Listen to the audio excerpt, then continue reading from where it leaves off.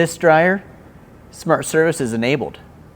This D400, also SmartServices Enabled. Conair TrueBlend, SmartServices Enabled. All these future Conair thermalators, you guessed it, SmartServices Enabled. Smart Services, Smart Services, Smart Services. This big D2000 dryer control, SmartServices Enabled.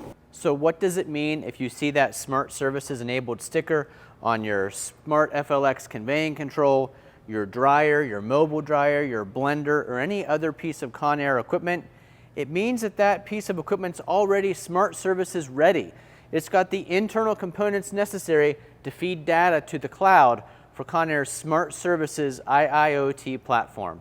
To learn more about SmartServices from Conair and how you can connect your Conair equipment to a dashboard that lets you see all that equipment in one place, any alarms, any maintenance reminders, any troubleshooting that needs done, SmartServices helps you get there. To learn more about SmartServices, you can visit ConairGroup.com on the web.